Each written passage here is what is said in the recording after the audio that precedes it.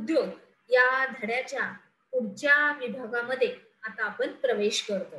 चला तर आता आपण इथं बघतोय की काही तेलघाणा आणि गुऱ्हाळ हे आपल्याला चित्र दिसत आहे, बरोबर.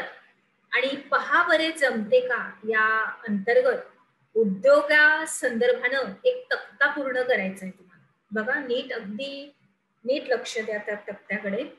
उद्योगा संदर्भानं आपल्याला आपल्या उपक्रमामध्ये, आपल्या या विभागामध्ये दोन चित्र या बाजूला दिसत आहेत. एक गुऱ्हाळाचं चित्र आहे आणि एक तेलखाण्याचं चित्र आहे. त्याच्यानंतर उजव्या बाजूला पहा बरे जमते का या अंतर्गत उद्योगा संदर्भानं एक तक्ता दिलेला आहे आणि तो तुम्हाला पूर्ण करायचा आहे. अर्थात तुमच्या वहीमध्ये तो व्यवस्थित नमूद करायचा आहे. पहिला रकाना आहे उद्योग, त्याचा दुसरा रकाना आहे प्रकार आणि त्याला लागणारा कच्चा माल, हा तिसरा रकाना आहे.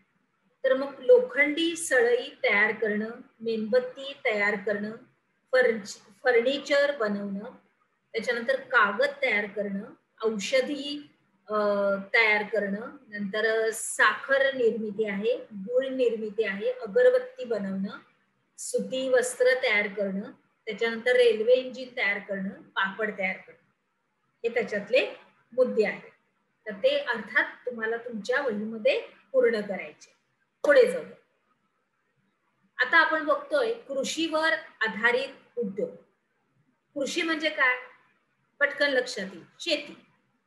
तर भारत हा कृषी प्रधान देश आहे आणि भारतामध्ये आपल्या कृषी उत्पादनामध्ये ही विविधता आढळते आणि त्याच्यामुळेच विविध प्रकारचे कृषी आधारित उद्योग हे उदयाला आलेले आहेत.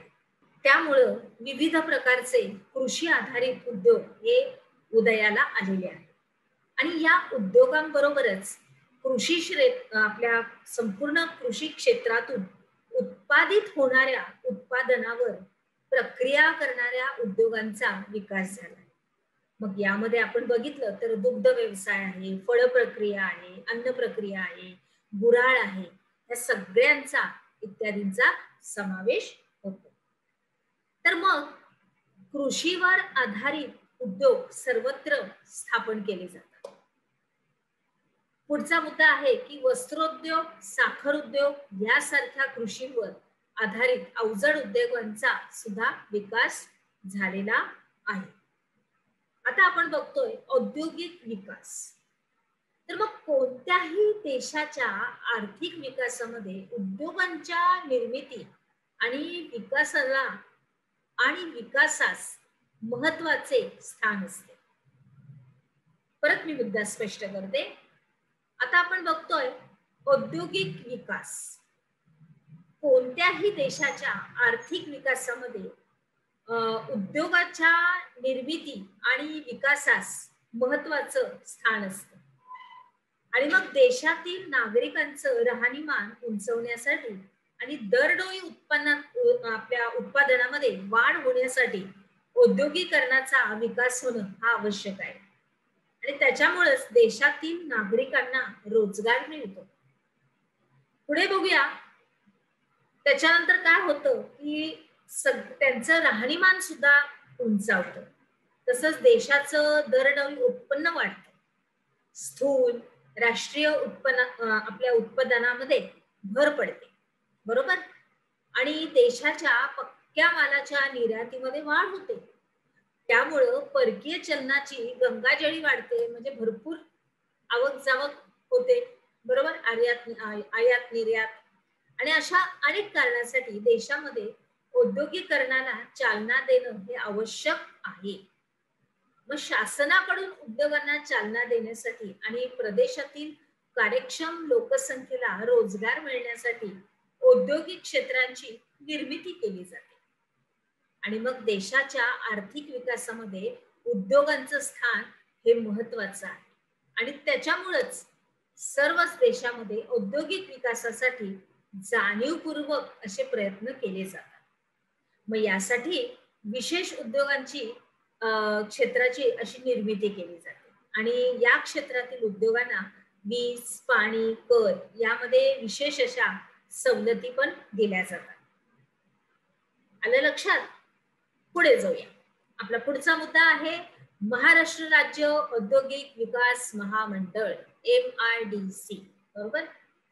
तर महाराष्ट्र राज्यामध्ये राज्य सरकारनं 1 ऑगस्ट 1962 रोजी महाराष्ट्र राज्य औद्योगिक विकास महामंडळाची स्थापना करून त्याच्या मार्फत प्रत्येक जिल्ह्यामध्ये औद्योगिक क्षेत्रांची निर्मिती केली आहे आणि यामधूनच उद्योगांचं राज्यभर विकेंद्रीकरण होणं हे अपेक्षित आहे. पुढे बघूया. महाराष्ट्राप्रमाणेच देशातील इतर राज्यात सुद्धा अशी महामंडळं आहेत. बरोबर? आणि या क्षेत्रामध्ये प्रामुख्यानं एकमेकांना पूरक असलेले उद्योग आपल्याला वसलेले असे आढळतात. मग याशिवाय स्थानिकांना रोजगार आपला उपलब्ध होतो. आता रोजगार म्हणजे काय? तर आपली उपजीविका म्हणजेच आपली भाकरी. बरोबर? मग अशा ठिकाणी उद्योगांना आवश्यक अशा वेगवेगळ्या सोयी आणि त्याच्या सुविधा ह्या उपलब्ध करून दिल्या जातात. मग सांगा पाहू. या सत्राखाली आपण बघूया की आकृती क्रमांक 8.7 मधील मुद्द्यांचा अभ्यास करून त्यांचे उद्योजकांच्या अनुषंगानं फायदा आणि समस्या अशा 2 गटामध्ये तुम्हाला वर्गीकरण करायचंय. भरपूर इथे मुद्दे आहेत, ते तुम्ही बघायचे व्यवस्थित. आणि भरपूर असे मुद्दे आहेत इथं. रोजगार आहे, शेतीचा विकास, वनप्रदेशांचा ऱ्हास, लोकसंख्या, वस्तूंच्या स्थिर किमती इत्यादी इत्यादी. तुम्ही हे व्यवस्थित निरीक्षण करायचंय. पुढे जाऊया. आपण काय शिकलो या अंतर्गत तुम्हाला खालील प्रश्नांची सविस्तरपणे उत्तरे लिहायची. पहिला प्रश्न आहे औद्योगिक विकासावर परिणाम करणारे घटक हे स्पष्ट करा आणि महाराष्ट्र औद्योगिक विकास महामंडळाचे फायदे तुम्हाला ते लिहायचे. अर्थात आपल्या वहीमध्ये व्यवस्थित नमूद करायचे. चला तर मग आता आपण आपल्या पुढच्या विभागामध्ये प्रवेश करूया.